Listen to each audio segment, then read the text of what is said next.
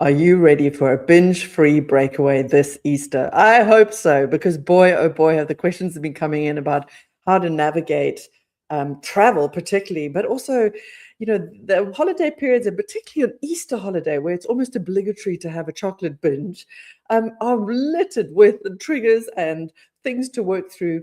And if you're somebody who struggles with overeating, then it's a particularly challenging time. So let's just start there and say, give yourself a little bit of permission to be imperfect this holiday, this breakaway. If you're going away or it's a staycation, either way, you're going to have your struggles out there for you. And what I wanted to do today, because I could probably be on here for 2 hours trying to navigate every single potential pitfall and minefield out there that the holidays bring. But I thought, what we're going to do is we're just going to set you up for success, starting with day one. Assuming that you're traveling somewhere. What I used to find as a former binge eater, stress eater, the works, all of them, emotional eater, I always found that day of travel, whether I was in a car, a plane, it didn't matter, I tended to be either so stressed I wasn't eating at all, and then I would overeat later, or I'd be grazing through the whole day. And I just had another thought. You know what I used to do? I used to sort of take it upon myself to be the one that finished all the food in the fridge, because I hated the waste of the food. I'm giggling a little bit because I think that tendency has remained somewhat. I do find it quite hard to throw food away, but nonetheless, what we want to do is just set you up for success as you head into a breakaway. So if you're heading away in the next few days or weeks, we want to make sure that you start off strong so that you can lean into the holiday feeling good, adjust, rest, and really enjoy the time. So if you're new to the channel, it's Freedom Friday. I go live every Freedom Friday. I'm going to try and stick to this time, which is 1 o'clock in South Africa, 12 p.m. UK. We're going to talk about something that's been coming up. But if you want to send me a specific question, or if you join me in the chat, please comment, and I will do my best to get to the questions as I move through, or I can answer them next Friday. So I'm here to help you take back your power with food, and we're going to start on day one on the day that you travel. So why do you overeat while you're traveling? If you're an overeater and you struggle with this, then let's just talk a little bit about the why. And I think the answer is really going to surprise you, because it's actually painfully obvious why we crave food and the desire to eat on a day that weirdly we're very sedentary. So if you're traveling, you're probably going to spend a good few hours doing absolutely booger all. And if you're moving through airports, there's a lot of just sitting and sitting and sitting. And because we live in a world that says, you got to earn your calories, you got to earn your food, you got to burn before you can eat. It can feel like a minefield of problems if you're thinking to yourself, I need to have moved in order to deserve my dinner or to deserve this food. I'm hungry and all I want to eat, but I haven't done enough to deserve it. So we're going to wipe that away immediately.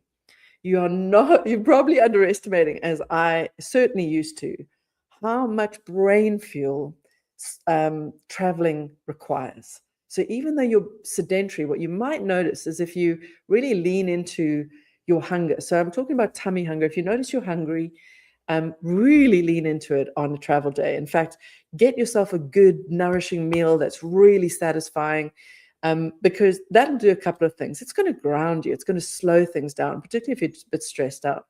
But your brain and your body are going to need it. Your brain particularly is such a hungry organ. It uses a lot more energy than you can possibly imagine. And if you're somebody who struggles with overeating or compulsive eating, you're probably also, and let me know if I call you out, let me know in the comments, give me a hands up if I've got this right, you're probably also the person who organizes the entire travel. You're basically the travel agent for the family, am I right? And because you're the travel agent of the family, you know just how much work is involved in just coordinating flights, as an example, or booking your Airbnb or whatever the case may be. Plus, you're also having to think about the packing, and has everybody got the right stuff? Are we going to make it to the airport on time? Does everybody have their passport? There is so much. What if something's delayed? What is the knock-on effect? What if I can't find the place that I'm going to? What if I can't speak the language? There is so much disruption from your normal routine. So while breakaways are meant to be so relaxing, unless it's a place you've been to multiple times and you've done the journey multiple times, and even then it can be a bit stressful, don't be surprised if you're finding that you're burning a huge amount of brain fuel and you're more hungry, tummy hungry than usual. But even if you weren't more tummy hungry, which you will be, you're probably also quite stressed. And there's nothing wrong with strategically and with a lot of awareness, every now and again, making the choice to eat a really grounding meal to just bring your energy down, slow your heart rate down, and help you breathe. Because when you eat, you slow everything down, you start to take some bigger breaths. It also might give your brain a little while just to like go offline and feel a bit less stressed. So food can be used strategically to ground yourself if you're feeling a heightened and elevated level of pressure and panic and stress. There's nothing wrong with that, because really, what's the worst that can happen? You're going to feel fuller for longer, which will actually be a good thing. And the best that can happen and will likely happen is you'll start to feel a bit more calm, unless you're carrying a story inside your mind that says you shouldn't be doing this. So if you're feeling that stress and you can feel you'd like to eat a meal, instead of snack, see if you can pause everything and just really tune in. What would be something that could really ground me, be really nourishing, be really satisfying? Let me try and stop my day and eat this instead of eating on the fly. And that way I can deal with all this stress and everything that's going on and meet my nutritional needs all in one go. And if you can do that, you're going to set yourself up for success. To this day, what I now do as a way of navigating all of these kind of travel overeating urges that I really used to wrestle with is, if I can and I have the opportunity, I will make myself a really nice sandwich or something, and I'll make whoever I'm traveling with some sandwiches too, so that I know I've got a really nice grounding meal that I truly love, that makes me feel good while I'm traveling. Because one of the problems of traveling is oftentimes the only food you have access to is stuff that will fill you up, but it doesn't satisfy. And so if you know you've got a long period of time in a car or plane or train or whatever, and you know that the options are going to be really then see what you can do to bring a nourishing meal in. There is no better thing that you can do. If you can take that away from this and use it and deploy it, you will see the benefits, because you'll be surprised by how quickly you become hungry again on travel days, because we're underestimating how much fuel we're using. And the next day, you'll feel a lot more grounded. You'll be ready to face whatever's coming at you, as opposed to just trying to avoid your hunger, trying to restrict, because God forbid, if don't feel ready to be seen on your holiday, because maybe you're going to a warmer place and there's bikinis or there's family and there's pressure and you're worried about how you look, and then you make the mistake of restricting. And we all know what restriction does. It just makes you want more. So you've spent the whole morning restricting, thinking you've got to be good, only to then blow out later and probably on rubbish because you didn't plan a really good, nourishing meal. And so you're just going to have to trust me on this one. It is far better to bring a big, beautiful, nourishing meal in at the beginning of your holiday. It will set you up for success. Another thing I want to, just kind of bring a bit of awareness to is, it's the end of Q1. You're probably exhausted. You've been running on empty now for a little while. Your body's just wanting to shut you down and give you some rest. And you're so close. So this is even more challenging. One of the big triggers of loss of control eating is when somebody's exhausted and they're really not good at allowing themselves rest. And so when you're already exhausted, plus you're stressed, plus you might be actually hungry, and maybe you've also been restricting for a few days because you're worried about how you might look in the bikini, then this is just all a recipe for disaster. We basically almost hit the top 5 right there. And then there's a story in your head added to that about all the things you should or shouldn't be eating or doing, and how you're just a terrible person. And of course, blah, blah, blah, and you're going to die alone and nobody loves you. Escalation. That's something actually that a lot of people have shared with me in the last couple of days, is they can feel the brain's kind of catastrophizing at the moment. And they're sort of looking for ways to control things. And that might be showing up like wanting to restrict, wanting to double down on not eating, or double down. And that, of course, can be very dangerous, can lead to loss of control. So in a nutshell, if you're heading out for a holiday, let's try and set you up for success so that you can have a wonderful time. And we're going to do that with a few things. You're going to allow a real space for a nourishing meal, particularly on your travel day. And that might feel mentally uncomfortable because you feel like you're not doing very much, but rather err on the side of eating a bit more, especially if it's a nice nourishing meal, something that's deeply satisfying, even if you're feeling a bit overfull, because the energy of the travel day will probably burn through a lot of that fuel.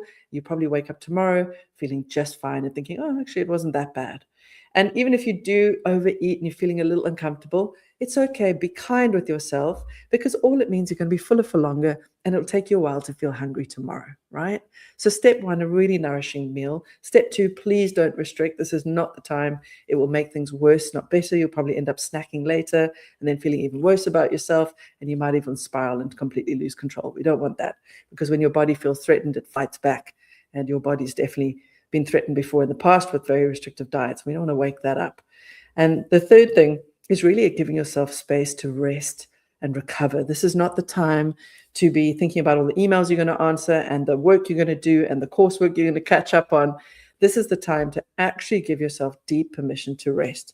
Because if you are somebody who struggles with food, there's a high likelihood that you're also an overworked, overachieving, people-pleasing, perfectionist perhaps. And it's time to release and give yourself space and time to breathe and recover. And it might take a lot longer to get your energy back than you imagine. So for the first few days of the holiday, if you can, try and create as much space as you can to lean into rest when it really starts to come. Because if you've been running on empty and adrenaline, there's a good chance you're going to have a big as it creeps in. It may not be the first couple of days because there might be a lot of excitement, but it will come.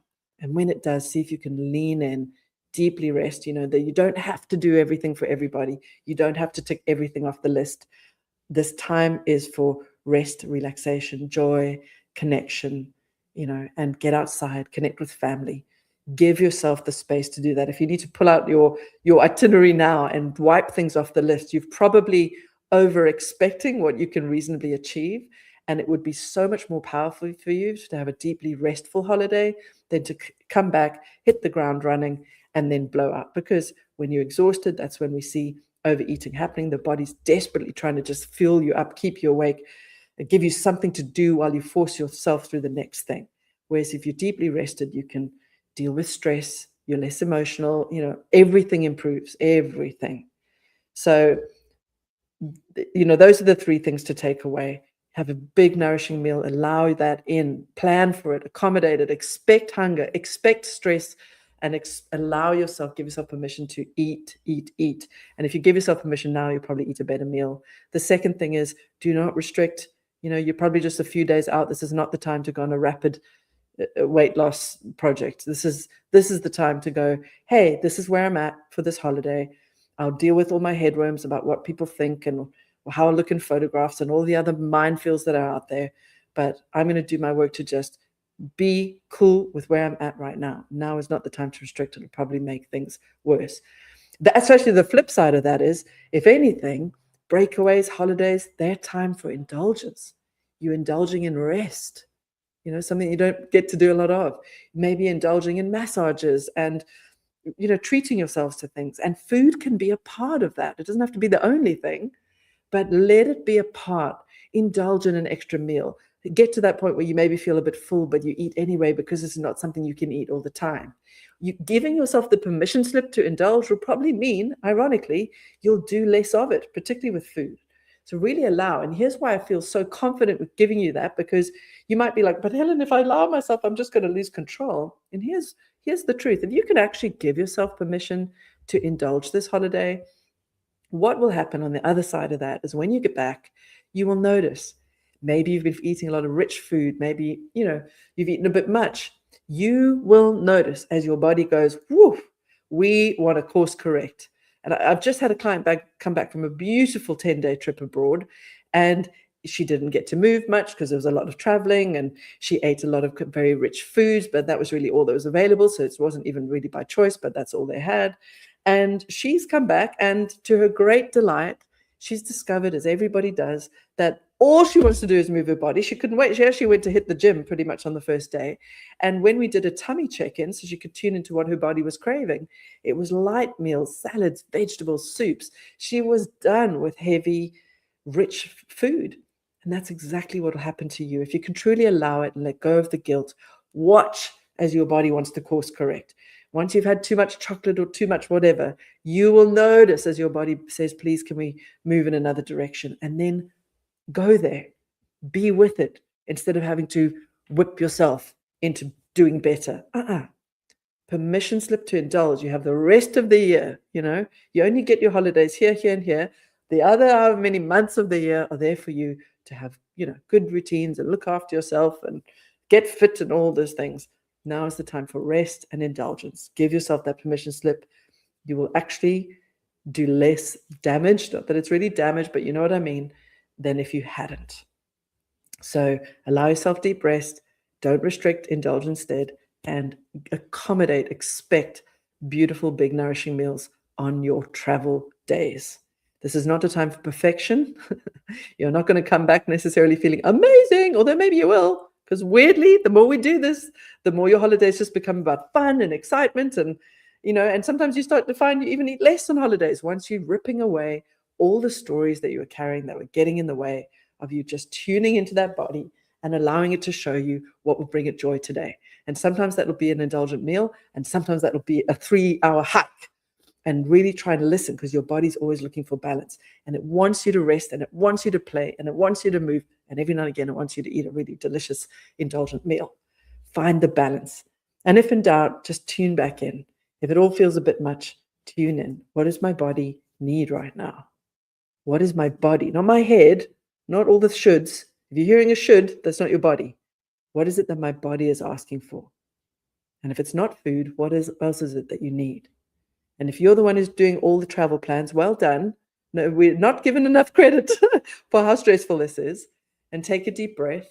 You're going to be okay. You'll navigate whatever comes. If you miss that plane, or you'll figure it out. Have a little contingency plan. And as you move through the day, just do your best to breathe and keep telling yourself, it's okay. It's all going to be okay.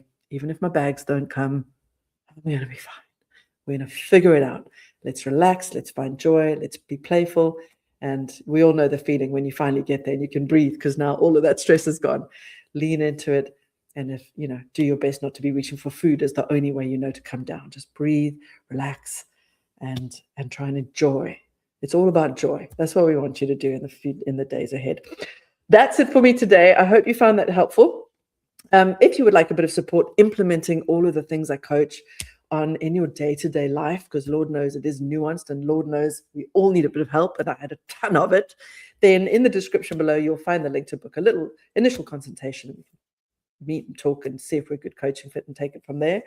Next Freedom Friday, I'll be going live. We're going to be talking about, and this is a big, big topic, perfectly timed, why you're not actually a chocoholic. I can't wait to dive into that with you. It might feel like it, and it's understandable that it feels like it is. You are, but you're not. And I can't wait to share with you how we get somebody from being somebody who just feels completely out of control and can't stop once they've opened the chocolate, to somebody who can have it in the house, not even worry about it anymore, and maybe have a bite or two when they want. And that's that. And I've done that with every single person who's called themselves a chocoholic. You can get to that place with enough practice and enough time and enough awareness. You'll start to notice that you can get to a place where chocolate's just a bit meh, So thank goodness. Yay, you don't have to give up chocolate.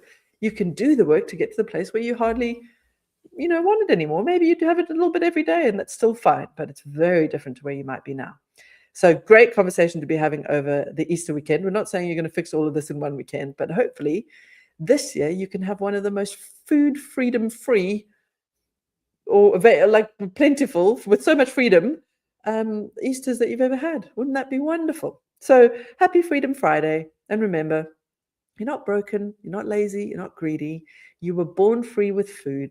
I'm just here to give you a few tools and a bit of awareness and break some beliefs so that you can find your way back there, step by step, repetition by repetition. This work takes action. We can't just watch things and hope it'll stick. I would love for you to put one of these things into practice, if not all three today. And I would love your feedback to share with me what you noticed, what you experienced, the good, the bad, and the ugly. This journey is not a straight line.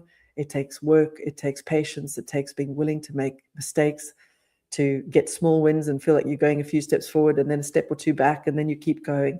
But over time, you can rewire the whole lot and hardwire freedom. But it's already there. You're just reconnecting with what your body once knew. Let's get you back there as quickly as possible. Happy Freedom Friday. I'll see you next Freedom Friday Live. Have a beautiful weekend. And if you have any questions or any challenges coming up, feel free to send them my way. Do what you need to do to get hold of me, and we'll make sure that I answer them as best as I can in the next one. Have a lovely Friday, everybody. Adios.